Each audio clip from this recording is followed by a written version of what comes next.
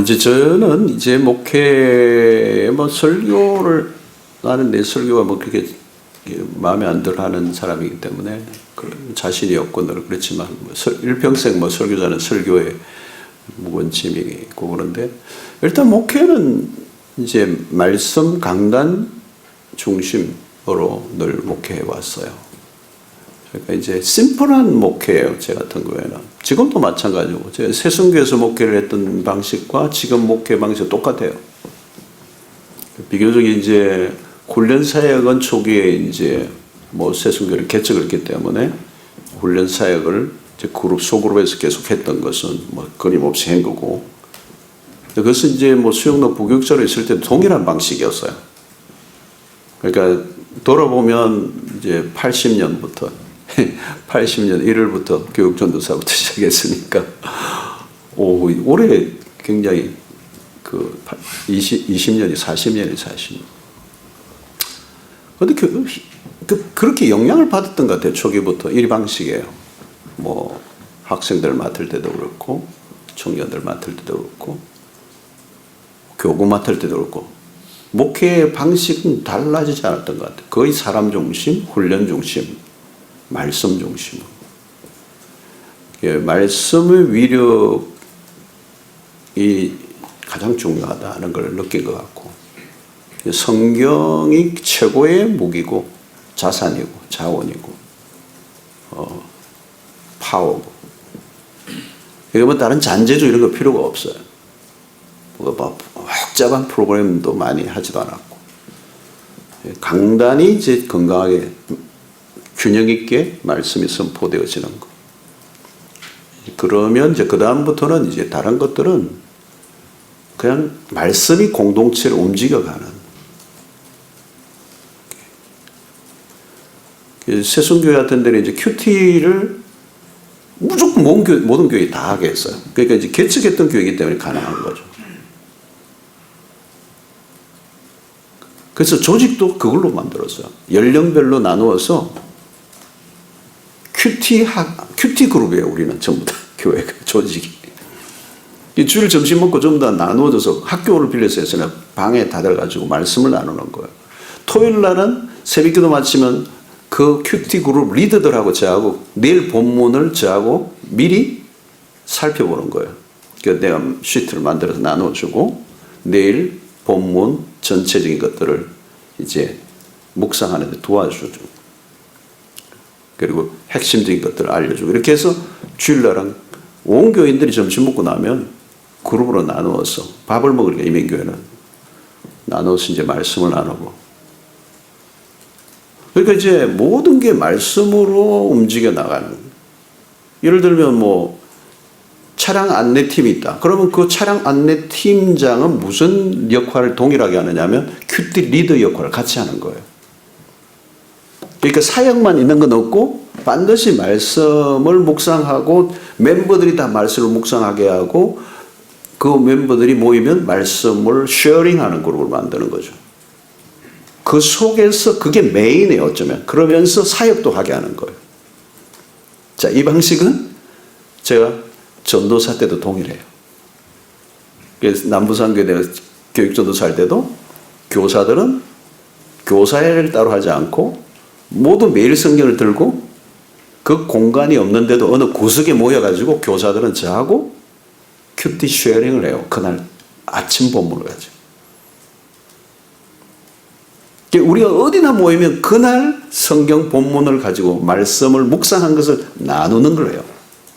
Everyday 하나님이 우리에게 주시는 말씀이 있고 각자에게 주시는 말씀들을 경청하고 듣고 가이드를 받고 자신을 새롭게 하는. 광야는 어제의 만나가 아니라 오늘의 만나를 먹고 사는. 쉰 게 아니고 오늘 프레시한 거. 오늘 아침에 떨어진 만나. 이게 어렵지가 않아요. 그건 매일 하고 있기 때문에. 그리고 이 말씀이라는 게 가끔 불받은 게 아니고 은혜 받은 게 아니고 에브리데이 어제와 오늘의 말씀이 연결되고 있거든요. 그리고 오늘 말씀이 오늘 꽂혔는데 이게 내가 5일 전에 이 본문 비슷한 것을 굉장히 도전받았는데 내가 그동안 또 이거 그때 결단하고도 아직도 내가 이 부분을 미루고 좀 주저하고 있는데 오늘 본문이 다시 한번 찍네. 그냥 완전히 하나님이 강력하게 다시 말씀하셔. 왜? 하나님은 인격적인 분이시기 때문에 말씀을 레귤러하게 읽는 사람들에게 인격적으로 찾아오신다는 거예요. 그걸 누가 느끼는 거예요? 에브리데이 말씀을 묵상하는 사람만 경험하는 거예요.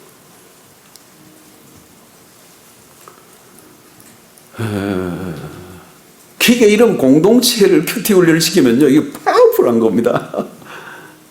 예민교회 만만치 않거든요. 오, 세요. 그런데 새순교회는요, 정말 평안한 교회였어요. 왜냐하면 제가 목회를 하는 게 아니라 하나님의 말씀이 공동체를 통치해야 그게 하나의 유니티를 이루는 거거든요.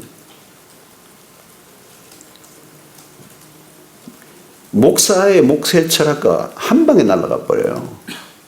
말씀만이 이깁니다. 말씀만이 능력이 있고요. 말씀만이 모든 무질서를 하나로, 말씀의 위력보다 여러분들 더 강력하게 설득할 수 있는 게 있으면 여러분 하세요. never ever 안 되는 거예요. 그러니까 말씀이 공동체 중심에서 강력하게 일하게 하는 것은 뭐예요? 네. 그게 핵심이라는 거예요, 여러분. 네. 세 개거든요. 이게 아까도 얘기했지만 소그룹, 큐티 쉐어 그룹이 있는 거고.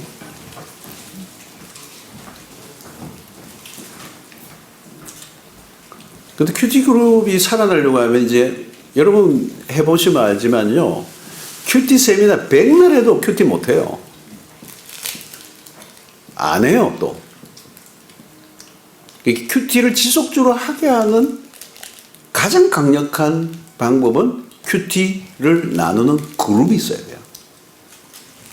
그룹을 안 만들어주고 큐티 세미나가 큐티 하라 해보세요. 하는가? 제가 임상을 많이 했거든요. 안 해요. 그 패턴으로 자리 잡기가 쉽지 않아요. 여러분 제자훈련 사역자를 해보세요. 그때까지 2년을 해도 노래를 불러도 못하는 사람이 있어요. 한국교회의 목회 구조가 1대1의 말씀 묵상하는 이 부분으로 환경이 안 만들어져 있어요. 근데 어쩌면 이게 한국교회 우리의 현실의 가장 어두운 부분일 수 있어요. 신앙을 좋다고 얘기하는데 주일 신앙이에요.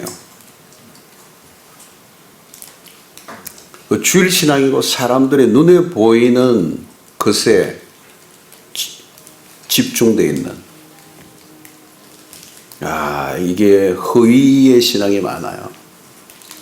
겉으로는 굉장히 멋있고 괜찮은 신장인 것 같은데 에브리데이 하나님의 말씀의 통치를 받지 않는 문제가 있는 거예요.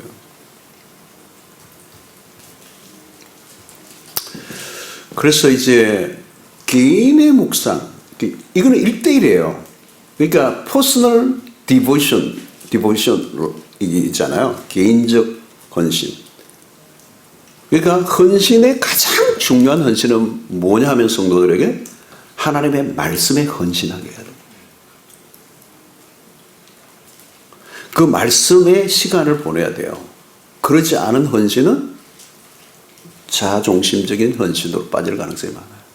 자기 만족이고 자기 스타일에 봉사를 하는 거거든요.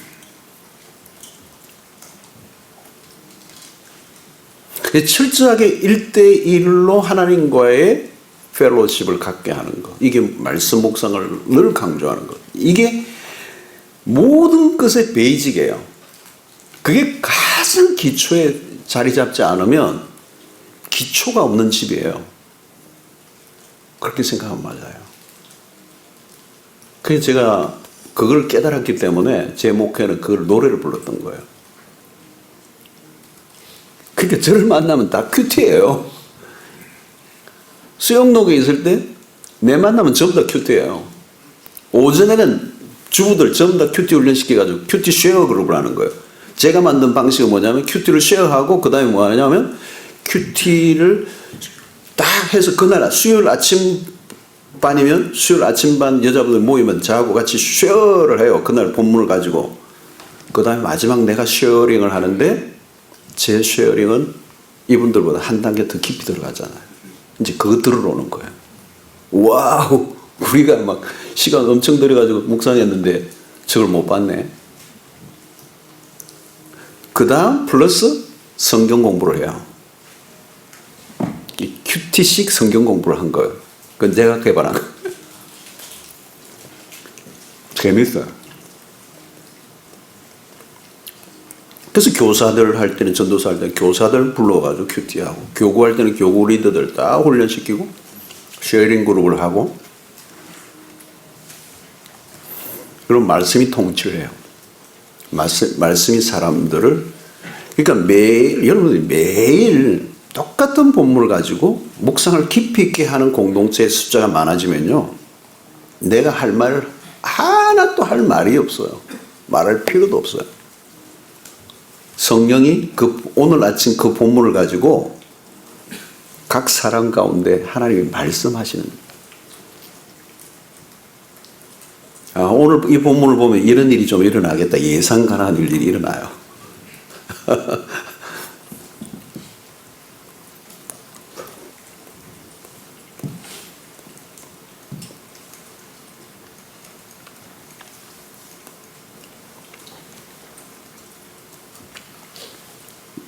다 먹어야 되는데. 교구 같은 데는 이미 사랑방이 있고 뭐 구역이 있고 그런 어떤 뭐 제도적인 게 있기 때문에 자발적 큐티 그룹을 만들고 싶은데, 이제 그런 걸 넘어서서 또 만들면 또 하나의 그룹이 되니까, 그럴 때 좀 어떻게 하면 좋을까요? 담당 교구장이 큐티를 강의하잖아요. 네. 그리고 우리가 매일 성경을 사고, 그래서 사랑방에 모였을 때에 시작할 때 오늘 본문 아니면 지나간 한 주간 동안 이제 한 주간 동안 만난 가운데 가장 나누고 싶은 큐티가 있으면 나누게 하면 돼요. 그러니까 아주 이제 잘 적어 오게 해서 나누게 해야 돼요. 안 그러면 시간이 많이 가기 때문에. 또 잘 적어요. 지금도 하고 계신 분 잘해요. 그런 분들이 두세 명씩 있으면 이제 나누잖아요. 다른 사람들이 하고 싶어져요. 이게 큐티 그룹의 장점이 뭐냐면 동기부여를 한다는 거예요. 와, 큐티 나도 해야겠어. 안 했던 사람도 하고 싶어져요. 오, 말씀을 이렇게 하고 이렇게 은혜를 받고 이렇게 적용하고 이렇게 변화되는 모습이 눈에 띄면요, 다 하고 싶어져. 그러면 그 잘하는 사람이 그 옆에 있는 사람을 가르쳐 주면 돼요. 그리고 하면 돼. 그리고 사랑방에서 하면 되고, 교사들 모임에서 하고. 아니면 어디 소풍 가가지고도 어디 모여서 오늘 본문 가지고 오늘 아니, 다 밥 먹고 이제 쉬는 시간에 커피 타임에 그냥 편안하게 쉬어하면 돼요. 쓸데없는 뭐 어디 가니까 싸더라고 그러고 뭐 그런 말고. 말씀을 묵상하는 사람들이 모이면 말씀의 나눔이 돼요. 말씀의 교제가 일어난다는 거예요. 아무리 영적으로 교제하자고 해도 말씀을 묵상하지 않는 사람들이 모이면 작담으로 흘러가는 거예요. 말씀을 묵상하면 자연스럽게 오늘 내가 받은 은혜를 나누고 싶어지는 거예요. 그게 보따리를 풀어놓는 거예요. 그럼 자연스럽게 돼요. 억지로가 아니야.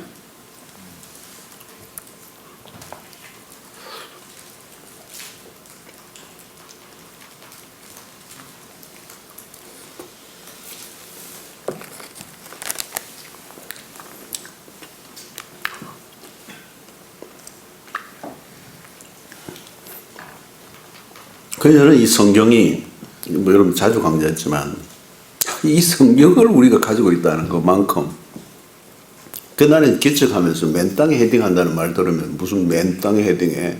그건 자산, 자본, 소울스 아무도 없을 때 맨 땅이지. 우리 성경을 들고 있는. 어떻게 맨 땅이 이 성경을 들고 있는데, 이 어마어마한 값으로 매길 수 없는 어마어마한 보화를 천하를 뒤집어 놓을 수 있는 이걸 갖고 있는데 왜 맨 땅이에요? 여러분 가보세요. 성도들은요 성경에 관심이 있어요.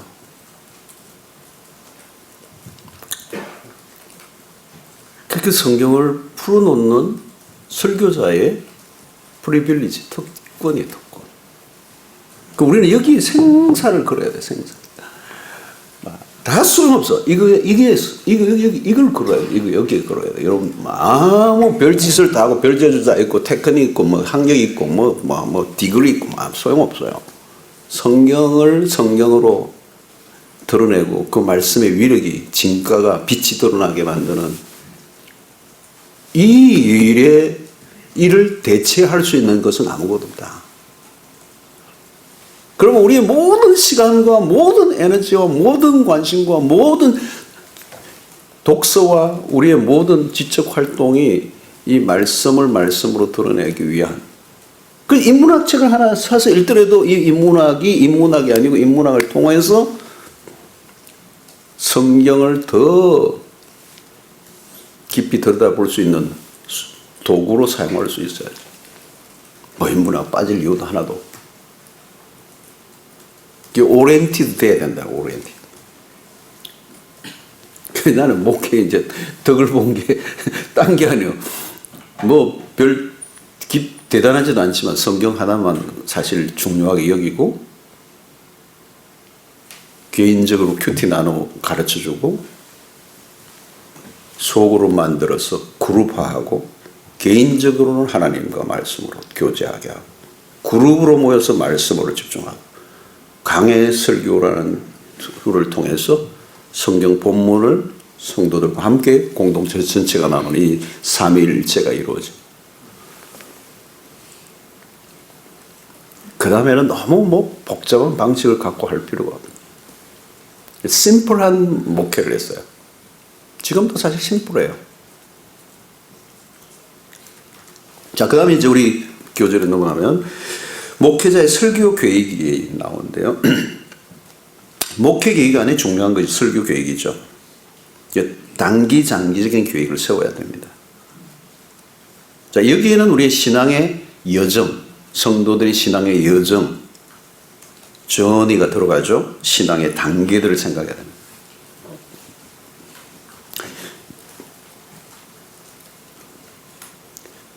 새순교에서 개척할 때 초기에 제가 제일 먼저 했던 게 에베소서를 했어요. 교회를 출발할 때 에베소서를 했어요. 그리고 모여오는 그 다음에 이제 역동이라는 걸 로마서를 할 때 했어요. 그때 그냥 확 교인이 변화가 막 교회가 일어나고 있어요. 로마서 엄청난 거예요. 이 소위 말하면 교회의 파운데이션, 또 성도들의 삶의 기본적인 기초를 확립하는 기초 단계, 확립 단계, 무장 단계. 초기에는 신앙의 기초를 다져야 될 필요가 있죠. 이 수용로 와서는 이미 이제 36년의 세월 위에 제가 딱 목회를 시작했잖아요. 그럼에도 불구하고 교회는 언제나 1학년부터 6학년까지 합반을 하고 있거든요. 초신자부터 기존 신자까지 다 있기 때문에 어떤 계획이든 이제 이 전체를 늘 고려한 계획이 있어야 되는 거죠. 이제 이게 어려운 거예요. 자, 그래서 우리의 설교 자체도 그렇죠. 어떤 설교를 하든지 모든 계층을 고려한 설교해야 된다는 건 분명한 거고. 반복적으로 해야 되는 주제들이 늘 있죠. 그죠? 뭐 이거는 기존 신자나 초신자나 모두에게 늘 반복적으로 회심에서부터 성화에 이르는 이 영역에 있어서는 계속해서 영적 성장을 도와주는 회심에서 영적 성장을 추구하도록 돕는 말씀이 항상 들어가야 해요. 그래서 교회 전체의 이 부분이 어느 단계에 좀 더 집중해야 될 것인가는 이제 그때그때 목회적인 어떤 촉이 필요한 거예요. 그래서 초신자들을 위한 메시지이면서 성숙한 신자에게도 적용이 가능한 설교 형태가 돼요. 그래서 초기에 우리 단계에서는 뭐 창세기, 뭐 우리 모세교는 창세기, 뭐 사실 모세오경이 다 대단한 중요한 파운데이션이죠. 그러면서 또 선지서 같은 경우에도 마찬가지. 뭐 이사야 같은 것들은 제가 와서 특세 같은 거 이사야 40장부터 66장까지 한 적이 있어요. 그게 힐링 가시예요. 이사야서 같은 복음을 다루는 거, 구약의 복음을 다루는 거. 신약으로는 로마서나 갈라디아서나 에베소서나 요한계시록이나 이제 이런 것들을 다루는 것도 필요하고. 그래서 신앙의 근본적인 부분들을 성경이 다 중요하지만 신앙의 가장 묵직한 주제들을 다루는 가장 근본적인 파운데이션을 받쳐줄 수 있는 것들을 이제 하는 것들이 필요하죠. 그래서 제가 사도신경만 아니지 주기도문이나 십계명, 십계명은 33주 동안 이제 설교를 했잖아요. 우리의 신앙의 기본적인 골조를 세우는 역할. 그런데 설교 계획을 세우지만 더 중요한 것은 목회자로서 공동체에게 특별히 전해야 할 필요성을 느낄 때가 많아요. 목회를 하다 보면. 그래서 사실은 계획을 세우지만 영적인 민감성을 가지고 목회를 하는 설교자가 중요한 거예요. 그러면 어떤 본문, 어떤 설교를 하든지 그 시대, 그 상황, 그 공동체, 지금 처해 있는 현실 속에서 그 말씀이 어떤 부분에 더 강조되어야 되느냐에 따라서 다르게 설교가 이제 형성될 수 있다. 이것은 뭐냐면 목회의 집중력을 가지고 있어야 이 변화, 흐름, 이런 큰 텍스트를 이해하는 민감성이 필요하다. 그래서 무엇보다도 성경을 사랑하고 말씀에 충실한 설교자라면 어느 본문을 가지고 설교를 하든지 그 시대와 청중들에게 가장 적절한 설교를 할 수 있어요. 그래서 성경, 이 설교 계획에서 중요한 것은 신구약 전체를 균형 있게 골고루 전하는 성실함을 가져야 됩니다. 이게 중요한 밸런스예요, 밸런스.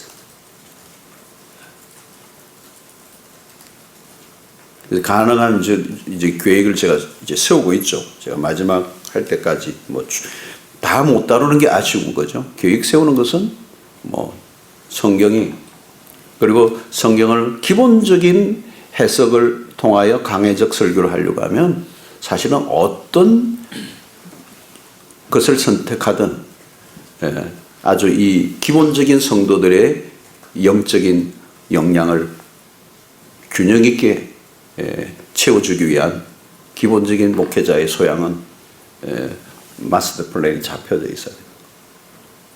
그게 굉장히 중요하죠. 계획은 세워야 돼요.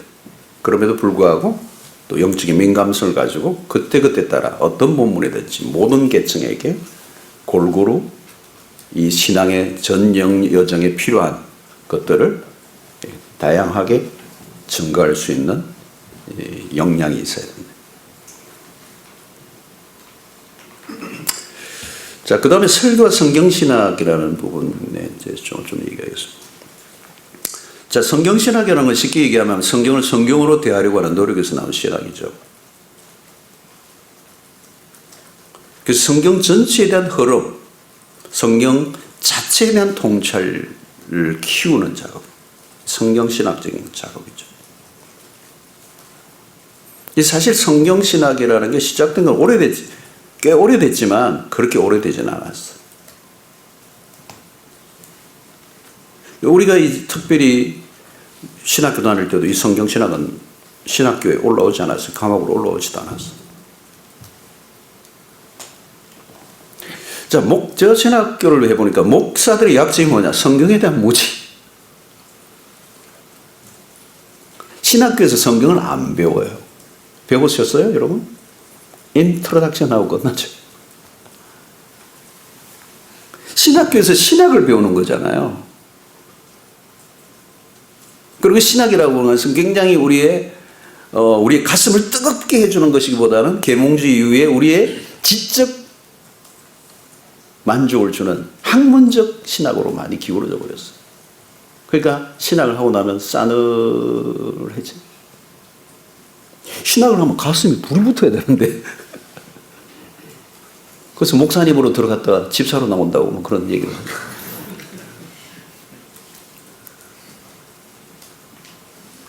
특히 조직신학이 대세였죠.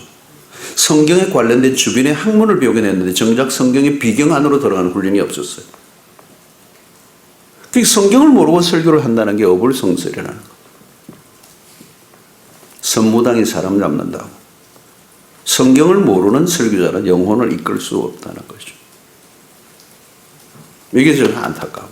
저는 신학교를 하나 만들면 진짜 좀 다르게 하고 싶어요. 제 꿈 중에 하나가 신학교 만드는 거였는데 그래서 로드맵 플러스로 하고 끝내야지 신학교 만드는 거 어려울 것 같아요. 저는 신학교를 만들면 신학 교수에게 월급을 안 주고 하려고요. 교수들은 자비랑 선교사처럼, 그리고 전체 학생들은 장학금을 주고, 그리고 공동생활을 하게 하고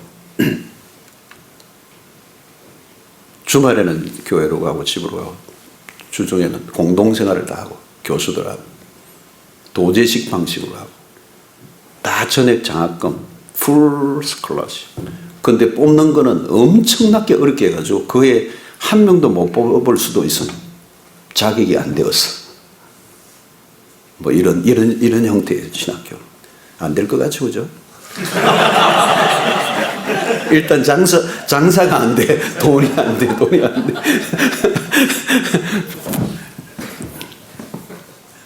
그러니까 거의 한 명 뽑으면 잘 뽑는 거예요. 모든 거를 다 체크해가지고 진짜 할 사람을 뽑는 거예요. 자, 옆으로 좀 나갔어요. 성경을 제대로 안다는 것은 쉬운 작업이 아니에요.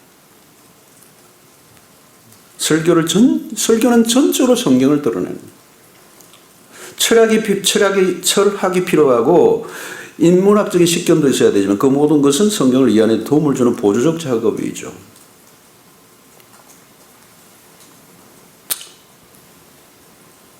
성경신학은 성경 자체에 대한 연구를 하도록 이끌어주고 성경에 대한 집중력을 갖기 위한 성경신학적인 노력이 필요하다는 거예요. 철저히 성경 안에서 답을 얻고자 하는 질문을 던지고 그 질문을 성경 안에서만 답을 찾고자 하는 노력. 성경이 뭐라고 하는지, 구약에서 말씀하는 어떤 주제가 신약에서는 어떻게 말하고 있는지, 그리스도는 어떻게 구약에서 드러나고 있는지. 그죠? 제가 지난번에 로드맵 플러스 팀하고 작년에 웨스트민스터 신학교 가서 우리 팀을 위해서 일부러 그레고리 빌 교수가 비행기를 타고 그 여행하는데 우리를 위해서 일부러 비행기 타고 와가지고 웨스트민스터 그 강의를 하는데 성전신학 우리 남 번역된 책인데 거기에서 일부러 강의를 하는데 와, 대가의 강의는 저런 거구나. 성경신학적 그 성전을 통한 이 핵심적인 것들을 끌고 가는데 약간 빛을 보여주는 거죠. 약간 빛을 보여주는 거. 멋있더라고요. 이 텍스트에 대한 집중력은 아무리 강조해도 부족한 것이죠. 설교의 출제는 철저히 성경적이어야 돼. 말씀이 말씀으로 드러날 때 능력. 성경의 전체적인 이해는 물론이고 성경에 대한 흐름과 맥락의 이해가. 아까 조금 전에 우리 질문을 한 분이 했는데 예화를 어려운 사람들을 위해서 예화를 어떻게 좀 도입해야 되냐에 질문을 했어요. 예화도 마찬가지 성경에서 가져오면 돼.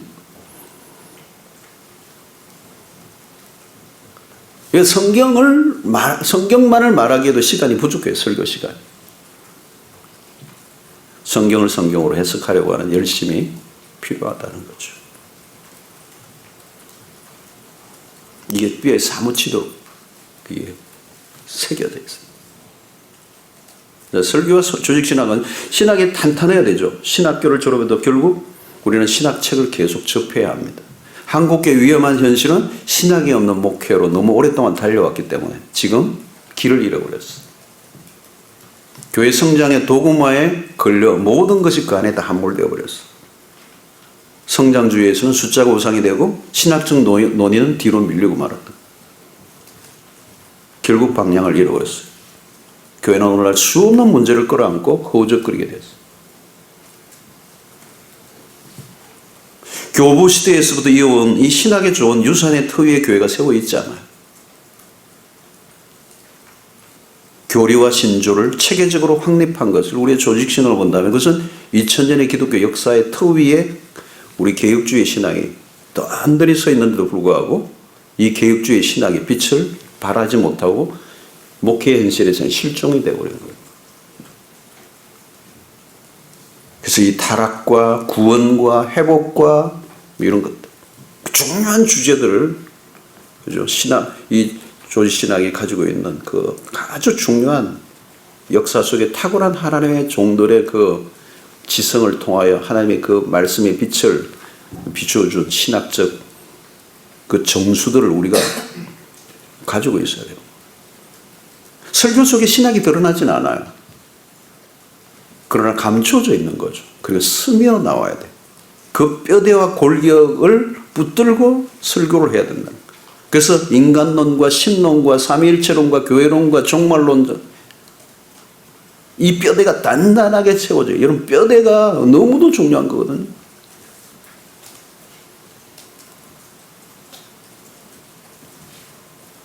설교자는 신학적 토대가 단단할수록 좋다는 겁니다. 이게 설교의 계획 안에도 이 신학적 탄탄한 뼈대가 있어야 설교의 계획도 그 안에서 만들어지는 거예요. 네. 조직신학을 설교에 노골적으로 드러내지는 않죠. 모든 것이 골고루 배어져 나오는 거예요. 목회와 설교는 신학적 행위입니다. 신학에 중심된 주제들을 파악하고 설교 안에 녹아 있어요. 그래서 하나님의 나라와 창조와 은혜와 구속과 심판과 하나님의 주권과 이런 공의를 균형 있게 다루어 줘야 돼요. 피할 수 없는 중요한 신학적 주제들을 상당히 이해하고 설교하는 사람은 목회의 현실이 다르죠. 피할 수 없는 신학적 중요한 주제들을 피해가서는 안 돼요. 핵심적 주제를 관통해야 된다는 것을. 오늘 이단들이 이렇게 이단 3단이 창구를 하게 하는 데는 신학의 부재로부터 온 폐해들이에요. 성장의 도구막을 만들어요. 성경을 다루되 신학적 뼈대를 갖춘 설교라면 건강한 설교자가 될 수가 있다는 거. 우리 놓치지 말아야 됩니다. 그 다음에 설교와 영성에 관한 부분. 설교자의 영성 관리가 중요합니다. 이건 제가 여러 번 여러분들에게 말씀을 드렸어요. 여러 형태로. 이건 너무도 중요하니까 설교자의 영성 관리. 우리는 설교 작성의 행위에 초점을 맞추지만 훨씬 더 그 이전부터.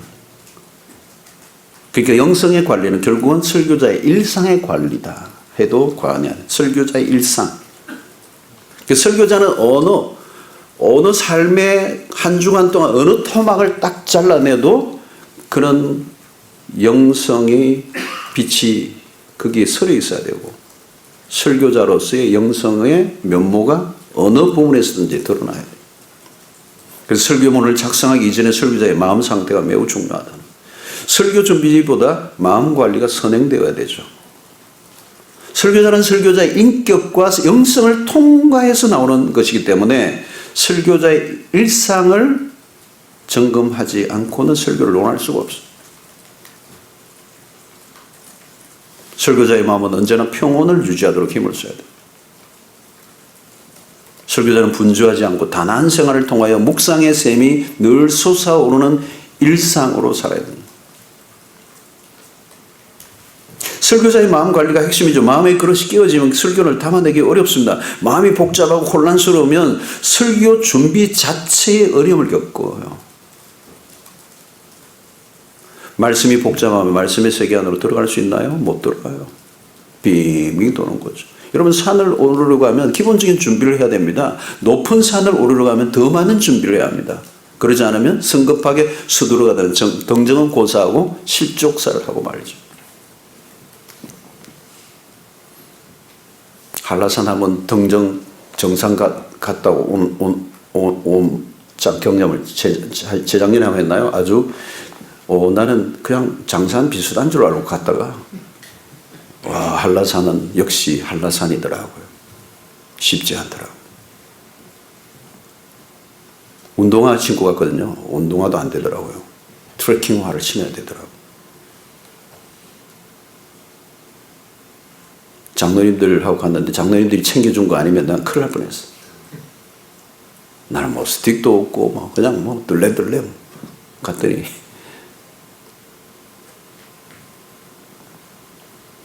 여러분, 이 우리의 이 단순한 이 삶의 단순함을 유지하도록 애를 써야 돼요. 현대사는 산만하고 복잡하고 소란스러움이죠. 우리의 마음을 빼앗는 것들이 너무 많아요. 오늘 여러분, 우리의 영성 관리, 우리의 마음 관리, 우리 일상 관리는 첨예한 싸움이에요. 싸움터예요.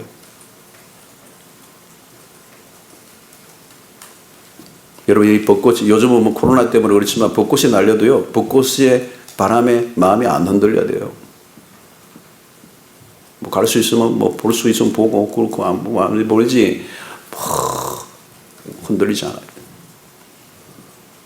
여러분, 공휴일, 연휴, 명절 아무리 있어도 여러분 담임 목회는요 철저하게 금요 철하나 주일 설교 그 누구도 대신할 수 없어요. 그 설교의 자리를 지켜내야 돼요. 그럼 어때요? 일상을 그대로 살아야 돼요. 누가 대신해 줘요? No.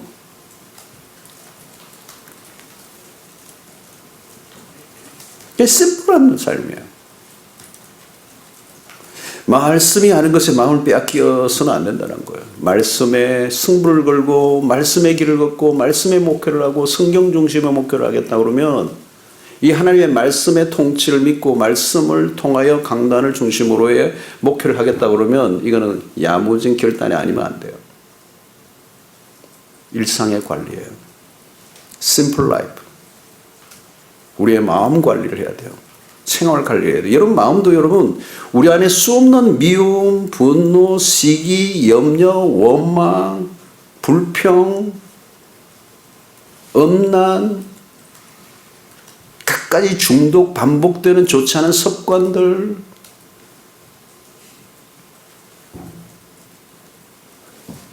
여러분 그런 게 있으면요 내 마음을 창창 깨버려요. 탁탁 나눠져 버려요. 말씀의 비경 안으로 들어가고 그 말씀을 가지고 성도들에게로 선포하는 그 일은 고도의 집중력이 필요해요.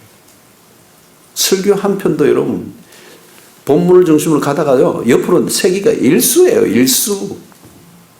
여러분 설교를 한번 더 점검해 보시라고요. 저 본문에서 왜 저 얘기가 나오지? 말씀의 집중도 몰입도는 쉽지 않아요. 이 마음을 깨끗하게 하도록 늘 청소를 해야 돼요.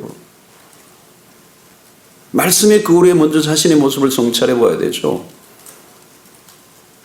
이게 목회자의 경건 생활이 중요한 거예요. 여러분 내 안에 뭔가 이게 좋지 않은 마음이 하나 딱 끼어 있으면요 요게 나를 늘 힘들게 하는 거예요. 에너지를 다 쏟아버리게 하고 말씀 안으로 들어가지 못하도록 내 영혼을 흐리게 만든다. 여러분 영성이 깊어지지 않으면 결국은 신앙의 변두리에서 배회하다가 가끔 설교를 말잔치로 끝내버리는,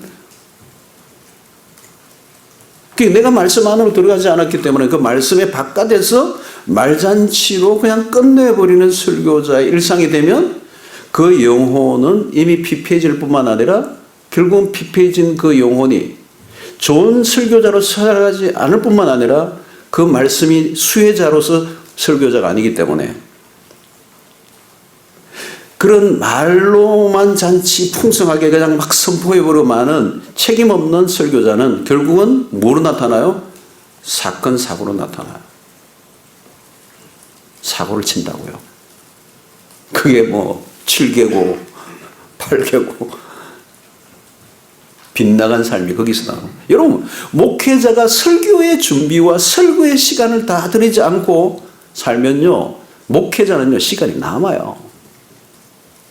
그러면 그 남은 시간을 뭐 하게요? 그게 외도예요, 외도. 정치도 하고.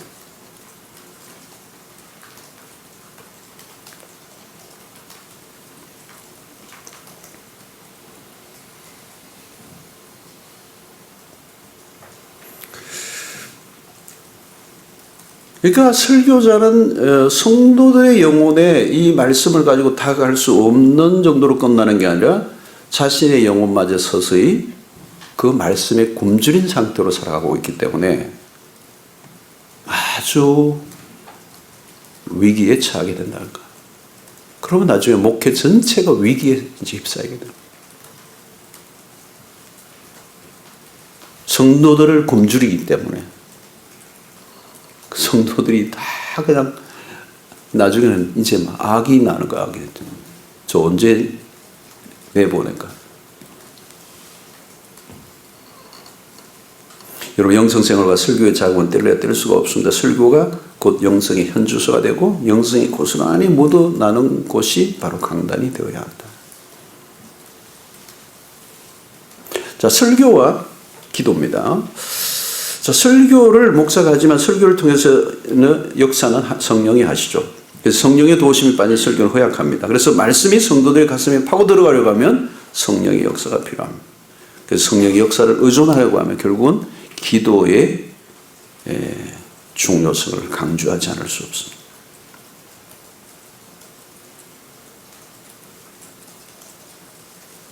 여러분, 말씀을 전할 말씀을 품에 안고 시간을 보내야 돼요.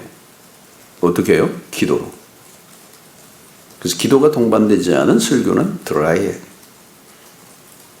기도를 통해서 전하고자 하는 말씀과 내가 하나 되는 경험이 일어나야 한다는 거죠. 기도로 오래 그 말씀을 품고 있을수록 설교는 더 깊어져 가는 것입니다.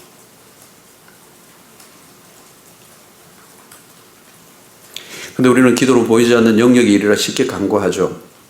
그러나 여러분, 기도와 설교는 분리될 수 없습니다. 그런데 우리는 쉽게 설교자들이 설교와 기도를 분리시켜버립니다. 설교 안에 기도가 포함되어 있는 겁니다. 긴 기도의 축적이 기도의 능력으로 나타나고 그것이 강단에 그대로 들어간다.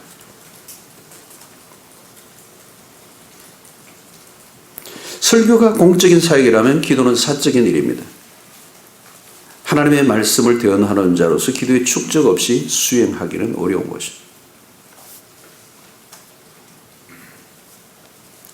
사실 말씀을 읽는 것과 기도를 하는 것은 그게 그냥 붙어 있는 것이죠. 그 말씀을 보다가 주님, 이 말씀이 잘 안 깨달아집니다. 도와주십시오. 기도하는 가운데 말씀에 눈이 떠지는 경험이 참 많거든요. 영이 메말라 있으면 영적인 수로가 막혀 있는 것이죠. 그 영적인 수로를 여는 것이 바로 기도인 것이죠. 그래서 어떻게 보면 기도의 문이 열리면 말씀의 문이 열릴 수 있어요. 우리가 사람들을 변화시키거나 회심하게 할 수 없습니다. 우리가 할 일은 기도함으로 성령의 역사가 말씀이 선포되는 곳에 역사하도록 기도하는. 기도를 소홀히 하기 시작하면 어느 순간부터 설교는 맥이 없이 공전을 하기 시작합니다. 그러면 성경 교사는 할 수 있을지 모르지만 능력 있는 설교자로 쓰임받기는 어렵습니다. 그래서 성경 말씀이 탄두라면 기도는 탄두에 불을 붙이는 일입니다. 불이 붙지 않으면 탄두는 고철 덩어리가 될 수 있는 것입니다.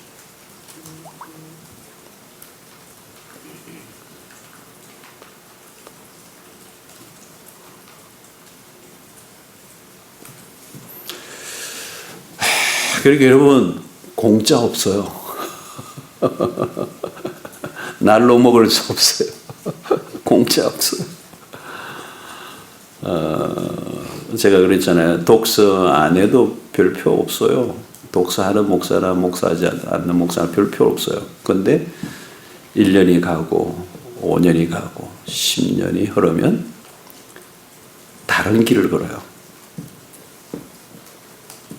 꾸준히 독서해온 사람과 하지 않은 사람은 다른 길을 걸어요.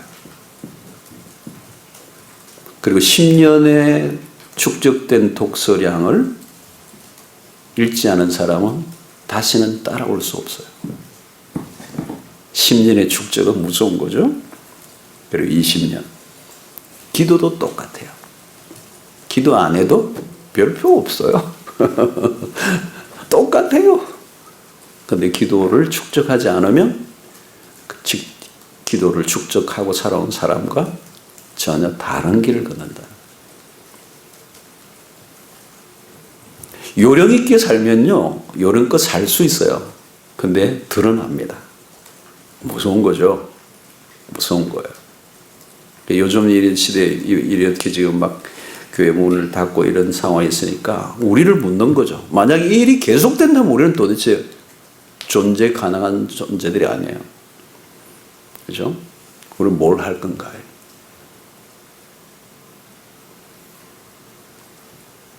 그럼에도 불구하고 나는 살아남을 수 있을까? 무엇으로 버틸까? 본질적인 질문을 하게 하잖아요, 요즘. 그죠? 그 본질이 뭔지.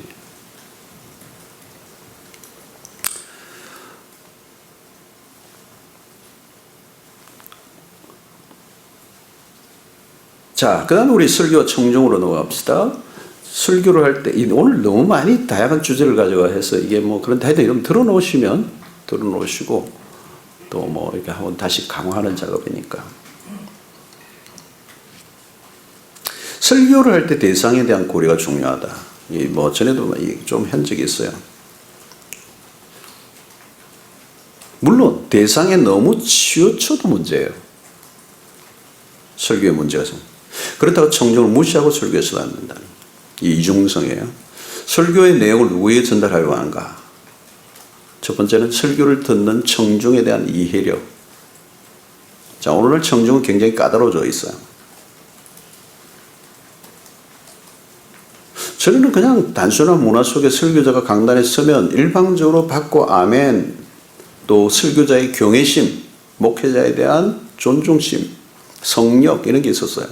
지금 없어요. 설교에 대한 저항하는 청중들이 늘어나고 있고 무조건 아무도 아멘하지 않아요. 조금만 거슬리는 게 들어와도 설교를 듣다 나가버립니다. 그래서 설교를 준비할 때마다 듣는 청중이 누군가에 대한 충분한 고려. 오늘 성중들은 의외로 성경을 너무 몰라요. 성경을 읽지 않아요. 성경 한 번도 안 보고 주일날 교회에 와 앉아있는 사람들이 주일날은 부지기수. 자, 그들에게 하나님의 말씀을 설교를 통하여 하나님의 말씀으로 받아들이게 하는 일. 그러려고 하면 설교자가 하나님에 대해서 말씀하려고 설교자가 하나님에 대해서 말씀하려고 하는 그것을 듣게 하는 게 아니고 하나님이 말씀하신다는 것으로 듣게 만드는 자. 설교자가 단순히 하나님에 대해서 말씀하려고 하는 것, 그게 아니에요. 설교자를 통하여 하나님의 말씀이 지금 선포되고 있다라고 하는 생각을 갖게 만드는 설교. 네, 그러려고 하면 이 까다롭고 위험한 이 다양한 문화 속에서 이 반하나님적인 이 저항 문화 속에 이 까다로운 청중에 대해서 우리는 하나님의 말씀을 하나님의 말씀으로 지금 우리에게 임하고 있다는 이 느낌을 갖게 하는 설교자가 되기 위해서는 어느 때보다도 많은 대가를 지불해야 되는 노력이 필요하다. 그러려고 하면 우리는 먼저 우리 자신이 제1의 청중이어야 한다. 이 말씀을 받는 가장 최고의 청중으로 내가 남아있어요. 그래서 그 말씀 앞에 내가 두려워 떨고 그 말씀을 대할 수 있어야 된다. 과연 오늘 우리는 하나님의 말씀을 하나님의 말씀으로 매일 대하고 있는가? 그래서 우리 자신에게 진지하게 질문을 해야 돼. 내가 하나님의 말씀에 정직한 청중으로 남아있지 않으면서 회중이 이 말씀을 하나님의 말씀으로 받게 하는 것은 불가능한 일입니다.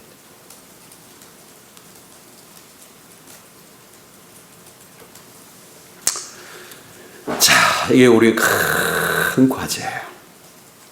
저는 여기에서 우리는 빗나가 있을 가능성이 많습니다. 여러분, 너무 쉽게 설교를 하지 마세요.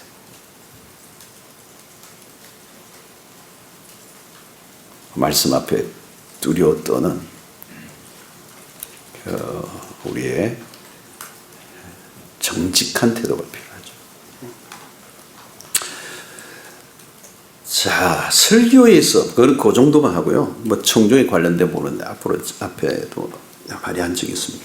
자, 설교에서 언어적 요소입니다. 자, 원고를 작성하는 일이 매우 중요하다. 자, 원고를 작성하셔야 돼요. 풀 스크립트를 하셔야 돼요. 설교자로서의 성실성이 굉장히 중요해요. 설교를 작성하면서 우리는 다듬는 작업을 계속하게 돼요. 설교를 작성해봐야 구성과 배열에 대한 것을 계속 다듬을 수가 있어요. 원고를 보면서 다듬는 작업이 매우 중요하다. 원고를 작성하는데 너무 원고에 매이지 않는 게 좋죠. 그 원고를 작성하지 않으면 어떻게 해요? 자기가 사용하는 반복되는 익숙한 언어에 갇히게 돼요.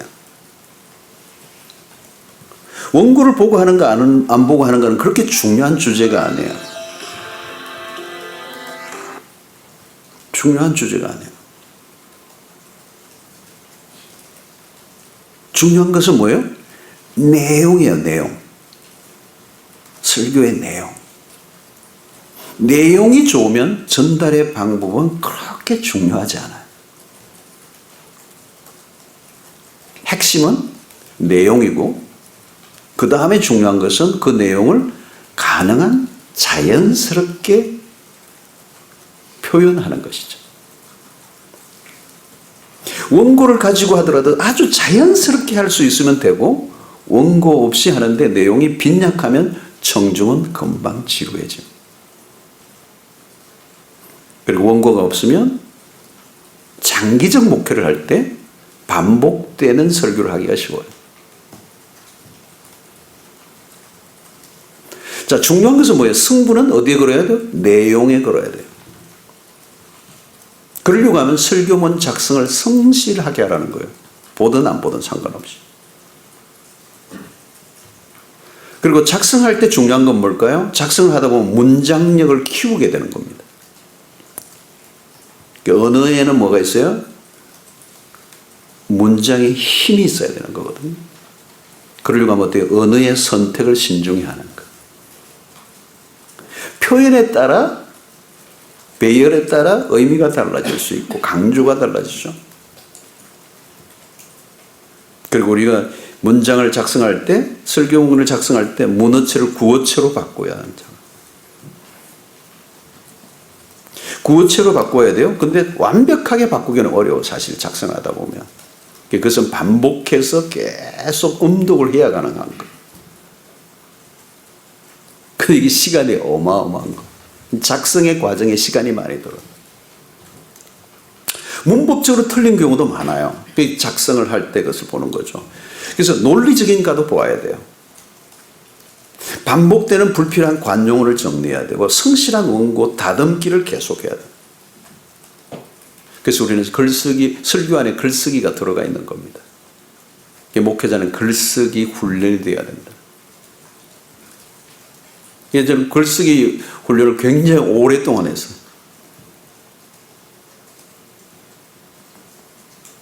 글을 잘 쓰려고 하면 좋은 글을 많이 읽어야 되죠. 좋은 글들을 읽으려고 하면 좋은 글을 볼 줄 알아야 돼요. 그 눈이 열려야 돼요. 그림을 보는 눈이 없으면 그림은 그림이지 그냥. 다 그림을 볼 줄 아는 게 아니잖아요. 다 글을 볼 줄 아는 게 아니에요. 이 글을 잘 쓴 거를 볼 줄 알아야 돼요. 날고 기는 글쟁이들이 많아요. 탐볼하게 되죠. 읽고 또 읽으면 내 혀에 익게 돼요. 내 의식에 박히죠. 그것이 내 안에서 융합이 일어나 어느 날 나도 모르게 글을 쓸 때 거기서 나오는 거예요. 자, 그래서 이 글쓰기 훈련을 해야 돼요. 이게 언어의 재련, 언어의 숙성, 언어의 마법이 있어요. 연금술사처럼. 그래서 짧은 시간 안에 30분 안에 15분 안에 설교하려면 어떻게 해야 돼요? 시간의 제한이 있을 때는 어떻게 해야 돼요? 언어를 더 함축시켜야 되죠. 그래서 언어의 최고의 함축은 시잖아요. 왜 시를 한 귀절 읽었는데 눈물이 톡 나기도 하고 내 가슴을 톡 건드리죠? 함축되어 있기 때문에. 언어가 농축되어 있기 때문에 그것이 슬프었는데 사람들의 영혼을 흔들어 놓는. 가능한 설교는 아주 간결하게 표현할 수 있는 방법을 써야 돼요. 짧은 시간들 안에. 그렇다고 해서 너무 문학적인 언어를 사용하려고 하면 청중과 거리가 멀 수가 있어요. 너무 수사적인 면 청중과 거리가 멀 수 있어요. 우리의 생활의 언어, 우리의 일상 속에서 아주 친근하지만 새롭게 의미가 다가오도록 표현해내는 방법. 설교의 전달은 언어를 통하여 이루어진다. 그러므로 우리는 언어에 대한 연구를 해야 한다. 무엇보다 설교문 작성을 하고 읽다 보면요, 계속 하는 여러분 자연스럽게 읽혀져야 돼요. 그런데 여러분 이 설교가 자연스러운 건요, 집중력과도 연관이 있어요. 그래서 설교를 한 편을 할 때 쭉 그 한 시간에 만들어지면 최고 좋아요. 메인 빔이 흐름이. 이거 했다가 어디 갔다 왔다가 이거 했다가 또 뭘 했다가 막 계속 산만하게 하면 이게 이번에 우리 수양관에도 공사하는데 밑에 기초를 까는데 콘크리트 하는 날요, 레미콘이 뭐 200몇 대가 왔다 하던가 하여튼 동시에 다 쏟아 부어 가지고 같은 시간 안에 같은 곳에 다 깔아 가지고 일본 말로 가다마리를 하는 거예요. 청이 안 생기도록 팍 한꺼번에 하는 거죠. 그 흐름을 끊지 않는 거. 음독을 해봐야 돼요. 그래서 내가 이 설교가 정말 최고의 언어로 간결하게 선명하게 전달할 수 있는가, 그리고 자연스럽게 할 수 있는가. 이 얘기를 하니까 생각나는 게 우리 교육자들이 설교할 때 불필요한 사족들을 다는 사람들이 많아요. 무엇입니다 하면 되는데 라는 것입니다, 라는 것입니다, 라는 것이 있다라고 하는 것입니다가 말이에요. 의미하고 있다라는 것입니다, 보여주고 있다라는 것입니다. 여러분 자기 설교를 꼭 힘드시겠지만 자기 설교를 경청해 주시기 바랍니다. 왜 내가 이 말을 이렇게 반복하고 있지? 쓸데없는 사족이 될 때가 많아요. 의미하고 있는 것입니다. 뭘 의미하고 있어요? 그냥 이것입니다 하면 되는데 계속 반복하는 거예요. 반복해요. 우리에게 말씀하고 있습니다. 우리에게 말씀하고 있습니다.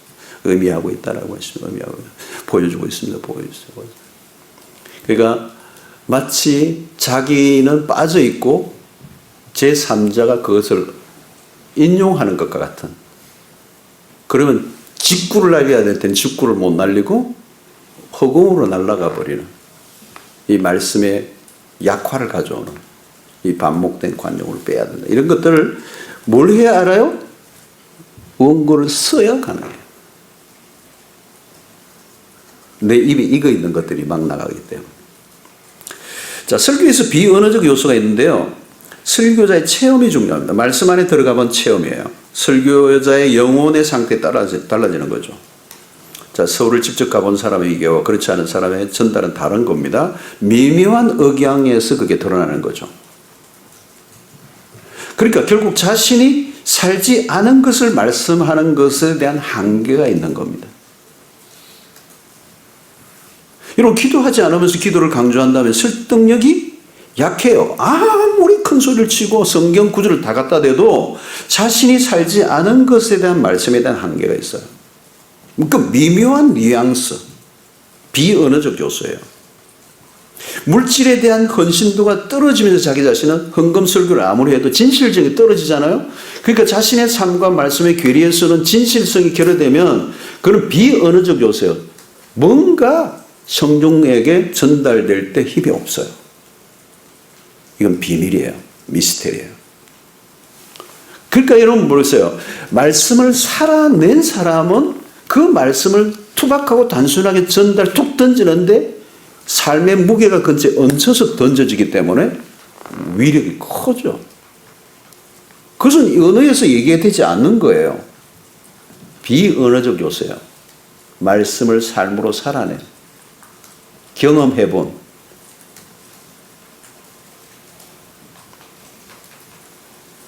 성도들은 설교를 듣기만 하는 게 아니라 본다. 설교를 본다는 거죠. 그러니까 설교자가 강단에서 서는 순간 목회자의 영혼은 드러날 수밖에 없습니다. 말씀대로 살기 어렵다고 여긴 사람은 그 말씀에 대한 진지함이 자기가 살아보니까 그 말씀대로 살아가기가 너무도 힘들다는 걸 절감하고 있기 때문에 나도 이 말씀대로 제대로 살지 못한 것에 대한 안타까움을 가지고 성도들과 함께 이 말씀에 살아내기 위해서 우리 함께 노력해 봅시다라고 하는 이 간절함이, 고뇌가 그 설교 속에 배어져 있어야 그 말씀에 진실함이 막혀들어요. 자기는 하나도 고민도 안 하고 이렇게 살아라고 그냥 큰 소리로 뻥뻥 치고 그러면 어떻게 해요? 설득력이 떨어지는 거죠. 영혼이 없이 지식적으로 전달하는. 그래서 여러분, 고든 맥도날드는 설교는 설교자의 영혼의 전시다. 디스플레이드. 설교자의 영혼을 디스플레이 하는 거예요. 전시하고 있다는 거예요.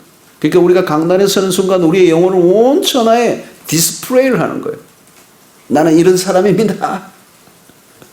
숨길 수 없는 자기의 영혼을 폭로하는 것이 될 수도 있다.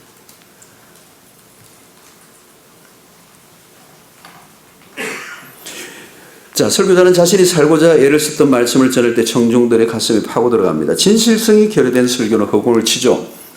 그래서 설교자는 말씀을 가지고 씨름을 해야 됩니다. 나는 이 말씀대로 살고 있는가. 어떻게 우리가 하나님의 말씀대로 살 수가 있겠습니까? 못 살죠. 하나님의 말씀대로 다 산다고 해서 그것만 설교한다면 우리가 설교할 게 하나도 없어. 그럼에도 불구하고 우리가 설교를 하는 이유는 말씀을 전해야 되는 사명을 받았기 때문에. 그럼에도 불구하고 우리는 이 말씀을 완벽하게 순종할 수 없다는 사실을 인정하고 그렇게 살려고 애를 쓰는 고뇌가 설교 안에 묻어 있어야 된다. 여러분, 고뇌라는 단어가 참 중요해요. 오늘 이 시대는 이 고뇌가 없으면 쉽게 말씀을 전하고 청중들에게 너무 경박하게 강요하고 윽박지르는 설교의 폭력성을 드러냅니다. 그러면 성도들과 교감이 없는 일방적 선포는 성도들에게 전달되기 전에 맥없이 강단 앞에 그 말씀은 떨어지고 마는 것이죠. 결국 성도들과 교감이 일어나는 설교는 설교자의 진실성에서 이루어집니다. 자, 이 진실성, 다르게 보면 진정성. 저는 오늘 이 시대에 가장 설교의 중요한 요소가 이 부분이라고 생각합니다. 이걸 놓치면 100마디라도 소용없어요. 근데 여러분, 이것은 비언어적 요소예요.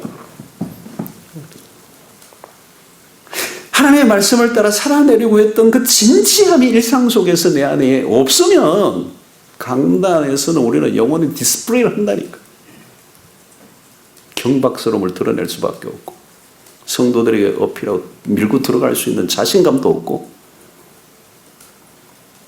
어정쩡하게 서서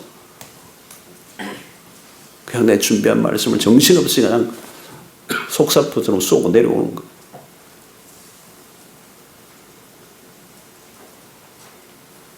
그 진정성은 억양에서 미묘하게 묻어나오고 얼굴과 몸 동작에서도 미묘하게 그 전달하는 메시지와 함께 묻어나가게 됩니다. 여기에서 모든 게 결정이 나버립니다. 모든 게 결정, 목회가 여기서 나요. 근데 여러분 이것이 1년, 2년, 3년, 4년 세월이 오면요 자기를 모른다는 사실이에요. 진정성을 잃어버린 목회자로서 허울만 가진 설교자로서 강단에서 외치긴 하는데 메아리를 치는 거죠. 돌아오는 거. 아무도 반응하지 않는 거. 그 말을 누구도 믿지 않는 거. 자, 설교와 커뮤니케이션 그 다음으로 넘어가겠습니다.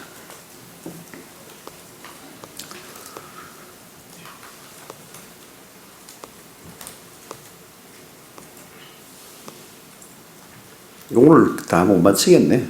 요거만 하고 끝냅시다. 그죠? 벌써 6시 반인데 여러분들 인상이 좀 틀어질까봐.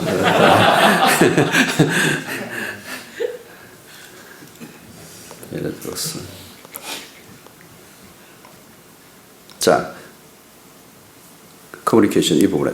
자, 설교의 상황과 시간과 공간에 따라 음성을 조절하십시오. 여러분, 우리 마이크를 대하는 사람이 마이크. 이 음향의 센시티브가 있어요. 목회자는. 마이크가 있는 이유가 있잖아요. 그죠? 마이크 조절을 하는 거죠. 콘솔을 칠 때. 새벽에 너무 하이, 들뜬, 너무 큰 소리로. 사람은 너무 적은데 너무 큰 소리로 웅변조로 하는 거. 물론 세계를 다 품고 하는 건 좋은데 분위기, 그죠? 분위기. 목회는 여러분 센스가 있어요. 센스가 있어요. 그래, 아까도 앞에서 얘기했듯이 가장 좋은 것은 여러분 오늘날 청중과 교감하려면 자연스러워야 돼요. 어떤 사람은 강단 위에만 올라가면 전혀 다른 스타일로 바뀌는 사람이 있어요. 그리고 목소리가 완전히 달라져. 평소에 하던 대로 하셔요. 평소에 하던 대로 자기 음색을 바꾸지 말고 근엄하게 하려고 하지 말고 그냥 자연스럽게 목소리도 자기 목소리를 자기 스타일. 유명한 설교자 흉내 낼 필요가 없어. 어떤 분은 긴 막대기 들고 하시는 분 계시대요. 어떤 분은. 어떤 분은. 요즘 안 됩니다. 예? 요즘 안 들어요. 요즘은 흰 마이크. 아, 그래요? 네. 그 유행이 있는가 봐, 그것도. 너무 들떠 있거나 너무 단조로운 모습도 지양해야 되죠. 현대인들은 웅변조보다는 편안하게 접근하는 방식을 좋아해요. 상황에 따라 톤과 스피드를 조절할 수 있어야 합니다. 때때로 완급 조절이 필요하죠. 똑같은 문장이라도 완급 조절에 따라 전혀 다르게 들릴 수가 있습니다. 자, 설교의 톤도 중요하지만 스피드도 중요해요. 음색도 중요하고 매력적으로 다듬어 듣기 좋은 음성으로 훈련할 필요가 있어요. 자, 머뭇거리는 투의 말투보다 선명하게 확신에 찬 음성으로 말할 수 있어야 되죠.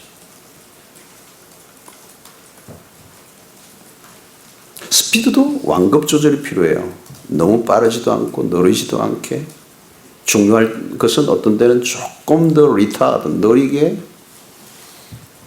때로는 잘하는 내용을 한번 언급할 때는 스피디하게. 청년들에게는 너무 느리게 하면 지루해요. 청년들에게는 톡톡 빠르게 하는 게 좋죠. 그러나 나이가 드신 분들이 많을 때는 스피드를 조절해 줘야 되죠. 음성의 리듬을 타야 되겠죠. 고저장단, 너무 지루하지 않게 강약 없이 그냥 똑같이 그렇게 준다면 사람들을 잠재울 수 있죠. 자, 설교자의 눈이 중요합니다. 시선을 어디에 두는가? 허공에 두는 사람들이 종종 있습니다. 초점이 산만해서는 안 돼요. 시선이 불안정해서는 안 되죠. 자연스러워야 돼요. 설교자는 청중의 시선을 두어야 합니다. 좌우로, 자연스럽게, 앞뒤로, 좌우로, 두루두루, 그러나 너무 빠르지 않게 가끔 멈추기도 하면서. 여기서도 마찬가지, 자연스럽게, naturally. 목소리도 여러분 자연스럽게 하세요. 자, 자연스러운 동작은 설교를 듣는 청중들에게 비언어적 전달에 도움이 됩니다. 찰스 스펄전 같은 분들이 이런 것들을 많이 얘기하죠. 그분의 설교하기에는 이런 어떤 제스처. 저는 뭐 이것을 뭐 그렇게 많이 강구하고 싶지 않아요. 저는 언제나 최고의 것은 컨텐츠, 내용이라고 생각합니다. 설교의 내용. 예. 조나단 에드워드가 촛불 아래에서 뜨듬뜨듬 어눌하게 읽는데 청중은 뒤집어지잖아요. 그죠? 성령의 역사. 자, 중요한 내용이 전해질 때 주먹을 살짝 쥐거나 양손을 사용할 수도 있죠. 과하지 않는 선에서. 몸의 사용은 전달에 효과를 주는 것은 맞습니다. 너무 목석같이 서서 입만 움직인다면 비주얼 시대의 약점이 될 수도 있습니다. 그러나 강단에 서서 다리를 꼬거나 지나치게 산만한 손동작은 청중들로 하여금 혼란스럽게 할 수도 있습니다. 자, 설교자는 겸손하지만 담대하게 강단에 서야 합니다. 제 호주에서 함께 동역했던 사역자 중에 한 명이 영어권이지만 설교를 참 잘했어요. 나이도 어렸어요. 그 당시에 20대 후반에 왔으니까. 나이도 어렸는데 그 친구가 강단에 딱 서면요, 청중을 사로잡아요. 그래서 내가 그걸 넘기면서 아, 설교는 나이가 아니구나. 말씀에 권위가 서 있으면 말씀의 설교자가 좌중을 압도하는. 그 쓰는데 말씀이 충실히 준비되어 있으면 거기서는 안정감을 청중이 느끼게 됩니다. 불필요한 에너지를 쓸 필요도 없어요. 모두가 말씀으로 끌고 가고 말씀에 집중하게 하니까. 누구도 연소함을 업신여기지 못하게 합니다. 여러분들이 충분히 그렇게 하실 수가 있어요. 저 친구 강단에 서면 뭔가 압도해. 사람들이 있으니 쫙 몰입돼. 사람들이 귀를 기울여. 설교자는 겸손하지만 당당하게 강단에 서야 합니다. 그리고 경어를 아주 존중하고, 그죠? 이랬죠, 저랬죠, 그렇게 하지 마세요. 그랬습니다. 반말투는 안 좋아요. 성도들에게 최대한 예의를 갖추고. 또 동시에 불안한 모습을 보이거나 우물쭈물한 태도를 보여서는 안 됩니다. 나이가 젊어도 설교자로서의 기품을 갖춰야 됩니다. 설교자가 전하는 말씀이 귀중하기 때문에 전달하는 그 사람 역시 품위를 갖출 필요가 있습니다. 그래서 그 설교자의 그 기품은 하루아침에 만들어지는 건 아니겠죠. 그러나 최고의 무기는 잘 준비된 설교여야 한다. 그러면 우리가 덧붙여서 그 설교를 더 멋있게 보여야 할 이유가 하나도 없어. 그냥 말씀 자체로 빛이 나기 때문에. 그러려고 하면 충분한 준비. 그 준비는 일주일이 아니고 우리의 whole life, 삶의 전 영역을 통하여 준비되어진다. 피카소가 그림을 한 장 슥슥슥 15분 만에 그리고 엄청나게 비싸게 파니까 아니 15분 동안 그린 그림을 이렇게 비싸게 팔아요? 피카소의 대답은 아니에요. 15분 그렸지만 이 그림에는 내 일생이 걸려 있습니다. 일생을 걸쳐서 내가 훈련해온 살아온 삶의 무게가 15분에 실린 것뿐이죠. 이 설교를 몇 번 준비하셨습니까? 얘기하기 어려울 우리의 삶 전체가 설교의 준비의 과정이어야 되고 설교자로서 살아가야 하는 것이고 말씀에 헌신된 종으로서 우리가 살아간다면 저는 이 어두운 시대도 아무리 목회가 어렵다 해도 저는 그런 생각을 해요. 목회가 어렵다는 말은 사실이죠. 시대가 어렵다는 말도 사실이에요. 그러나 우리가 들고 있는 이 바이블, 이 성경은 동력이 있어요. 기적이 일어나 사람을 바꿔. 이 세상의 유일한 답이 될 수 있는 것은 성경이고 그 성경이 성경으로서의 증거와 빛을 발하기만 한다면 상상할 수 없는 일들이 오늘도 우리 가운데 일어나고 남습니다. 저는 그것을 목격했고요. 지금도 아마 이 땅에는 그 일이 계속 일어나고 있을 겁니다. 하나님은 관심을 누가 갖고 있겠어요? 당신의 말씀으로 대언할 자를 찾고 계신 것이죠. 그 일에 여러분들 일평생 신실하게 헌신할 수 있게 되길 바랍니다.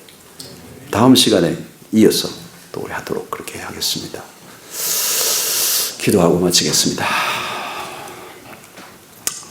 우리 짧지만 우리 각자 오늘 말씀을 가지고 결단하는 기도를 잠시 우리 조용히 가지도록 하겠습니다.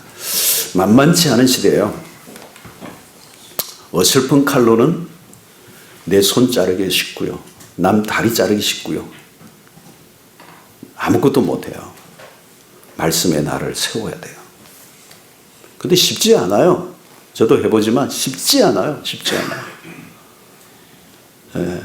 저도 딴청 안 피우고 그냥 서재만 앉아있고 책만 읽는 사람인데 쉽지 않아요. 쉽지 않아요. 결코 쉬운 일이 아니에요. 쉬우면 다 했죠. 퍽퍽 나가 떨어져요. 하나님 말씀의 종으로 내가 서 있게 해주십시오. 여러분 새벽에 산부에 한번 딱 서서 15분 20분 설교하는데도요. 내 인생의 삶이 다 무게가 실렸어요. 하셔야 돼요. 강단이 살아나는 길 외에는 이 시대 답이 없습니다. 뭐 요령도 방법도 프로그램도 시스템도 건물도 아무것도 안 해요. 그냥 말씀 하나로 족해요. 여러분 교구 뭐 주일학교 모든 거 말이에요. 여러분 뭘로 하시겠어요? 무슨 툴이 있어요, 여러분? 무슨 세상적인 방법과 시스템을 가져오면 될 것 같아요? 안 되죠. 말씀에 답이 있습니다.